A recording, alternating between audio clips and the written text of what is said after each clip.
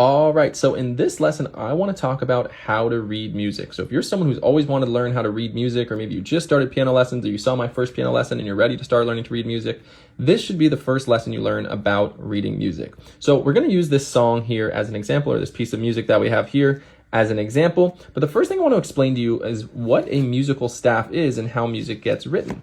So when we write music, we have something called a musical staff. A musical staff contains 5 lines, and we can count them here. 1, 2, 3, 4, 5. And in between those lines, we have things called spaces. Notes can be written on the spaces. We have 4 of them. 1, 2, 3, 4.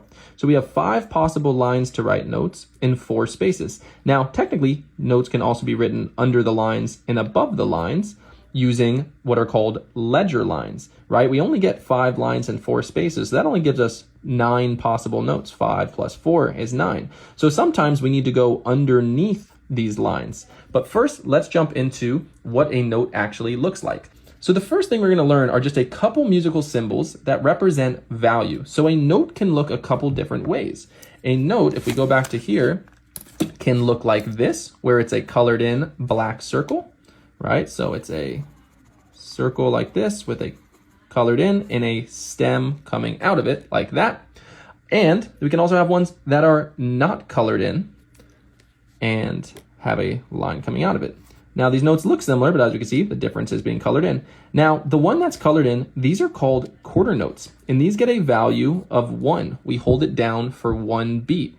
Well, 1 beat can be, 1. It all depends on the tempo you're going and the speed of the metronome or the speed of your tempo, but you would hold it down for 1 beat. When you see these ones here, these are called half notes, and these hold down for 2 beats.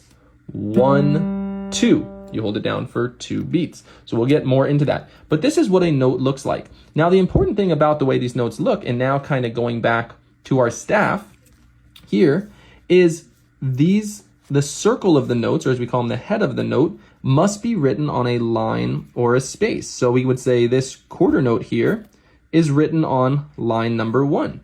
This half note here is written on line number 2. We can also have a half note written here in between the 2 lines. This would be on space number 1. So a good way to start practicing even reading music is just to recognize what type of note it is. Is it a quarter note or a half note? Is it going to hold for 1 or 2? And then just being able to recognize this note is on a line. This note is on a line. This note is on a space. This note is on a space. This note is on a line. So that's a first good step, is just to be able to recognize the lines and spaces. Now, these do not actually represent any notes because this is just a blank musical staff. The lines and spaces don't start to represent notes when you're reading music until you see a clef symbol in front of it. We have 2 different types of clef symbols. We have a treble clef, which looks like this. And then, different example here, we also have something called a bass clef. We're not going to learn the bass clef today. We're just going to learn the treble clef. So once we stick a treble clef on our staff, now all of a sudden, these lines and spaces start to equal certain notes on our piano. So let's just review and learn what the notes are. When there is a treble clef symbol, the very first line, when a note is written on the first line like that one, is going to be the note E. And that is a very specific E. When we see the treble clef, that E we're talking about is going to be right here on the piano. So here's middle C for reference, right? We see middle C. So we're talking about this E right here. So anytime a note is written right here on this first line, it is always going to be E. And then from there, it just goes in alphabetical order from the lines and the spaces. So the line is E, the first space would be F. The second line would be G. The second space would be A. The third line would be B. The third space would be C. The fourth line would be D. The fourth space would be E. And then the last line up top, the fifth line would be F. Now you're saying, well, wait, we already had E and F down here. How are there 2 E's and F's? Well, they're different E's and F's. It just goes in alphabetical order up the piano. So like we said, this E here is here on the piano. And then when we move up to the space, that's this F. When we move to the line, we'll get to that G, and so on, A, B, C, D, E, until we get to the next E. That's the one up there. So you just need to know that this first line is E, and then it just goes in alphabetical order, line, space, and so on. Another good shortcut for actually remembering the notes on the treble clef are the notes in the spaces. If we look at the notes in the spaces, F, A, C, E, it spells the word face. So that's a nice little shortcut to always remember the notes in the spaces for the treble clef. And then if a note is ever written on a line, you can simply just go, well, I know this is F, and this is one higher, or it's in between F and A, so it must be a G. Okay, so once we have that treble clef symbol written on our staff, these are the notes. Now, these notes, as we mentioned, are telling us how long to hold down for. So let's look at this first example and learn how to play it, and we'll use this chart to help us. So the first thing we need to know is this note is going to hold down for 1, and we'll get into the timing in just a moment. I first want to figure out the notes. This one's on the first line, so therefore the first line is E, so that's an E. So I'm going to write an E right there. And this one is also on the same line, so that's also an E. This one's on the second line, so we can either count. We know line is E, space is F, G, or we could just look and say there's G on the second line, G again. Then we have this line here. We'll explain that in a moment. And then we get to the first space. That's an F, as we can recall. We know our spaces are F, A, C, E. That's also an F. That's just one higher than F, so that's a G. Back down to F. Now we actually go underneath the line, right? So we mentioned that E is the first line. Well, you can technically keep going underneath those lines, right? So as I mentioned that earlier in the video, so right underneath the line, we would just count one letter backwards from E. So if I write my alphabet up here, this is the easiest way to think about it, A, B, C, D, E, F, G. When we were moving up the staff this direction, we were going in alphabetical order. So as we go down, we're just going to go in backwards alphabetical order. So if this was E on the line, underneath it would be D. D would be the first space under that line right there. And I'm referring to that note there, how it's underneath that first line is going to be a D. And now this one confuses a lot of people. Why is there a little line through that note? Well, as we mentioned earlier, we only have 5 lines and 4 spaces to write our notes, so sometimes we'll be below. But since the D is already occupying a space, right, if we notice the order is always line, space, line, space, line, space, line, space, and so on. So even when we go below the staff, we have to keep that order going of line, space. So if E was on the line, then D would be on the space under. Well, we need the next note underneath D, which is going to be a C, to be on a little line. So I'm going to write this here just so there's a little bit more space here. Okay, these are a little bit sloppy treble clefs, but don't worry about that. So this was a line. This was the note E, right? So when we had a note here, this was E. As we move down, we go to the note underneath the line, which is underneath. It's on a space because it's always going line, space.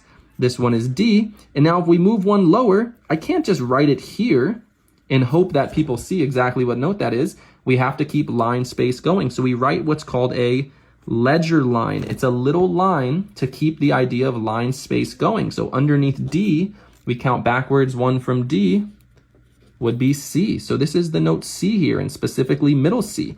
And you can keep going underneath. If you wanted to write the note B, this would be your middle C line you would draw, and then the note B would sit underneath that line. You can keep going. I want to write an A. Well, first you draw the ledger line for C, then you draw a second ledger line, and that would be A. You just keep going backwards here. Now this is getting a little bit past our concept, but I did want to learn it just so we can see why this is a C.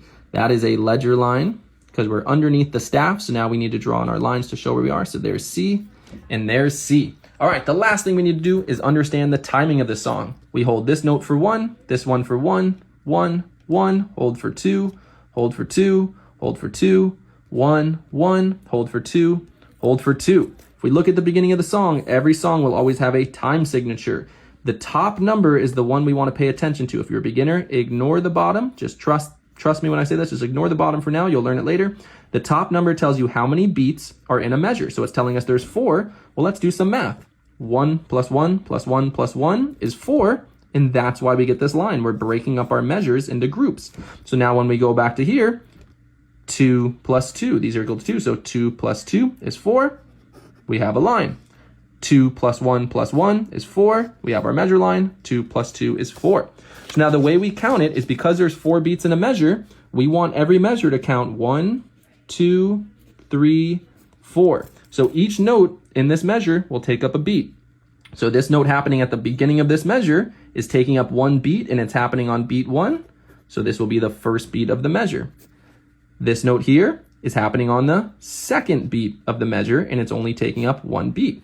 This note here is taking up the third beat of the measure, and this note here is taking up the fourth beat of the measure. This is very important to write in your beat numbers so you understand the timing. Now when we get to a new measure, we start that counting over again. 1, 2, 3, 4. Now here, the first note will take up beat 1, but it's a half note, so it actually takes up 2 beats. So it'll get numbers 1 and 2. So we'll write that 2 in between because it's showing that it's holding for 2 beats. And then this one will happen on beat 3 and continue holding because it's a half note. It'll get 2 beats. It'll get 3 and 4. So you'll hold this one, 1, 2, and then play it again, 3, 4. We're almost done here, and then we're going to play it. So here we get to this note. We're back to our counting of 1, 2, 3, 4 because it's a new measure. So this takes up 1, 2 because it's a half note. It gets 2 beats.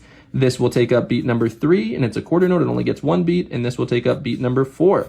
And then in the final measure, similar to this one, it's just 2 half notes. So this would get 1, 2, and then this one here would get 3, 4. And there is how we understand where these notes are coming from and how long to hold them. So now let's play this example here. And it's just a right-hand song. We're just reading for one hand right now, so we're going to do this here. So here is how this song goes. I'll set up my hand like this because I need the notes C, D, E, F, and G. So I'll set up my hand like this, and it'll go like this. 1, 2, 3, 4. 1, 2, 3, 4. 1, 2, 3, 4. 1, 2, 3, 4. 1, 2, 3, 4.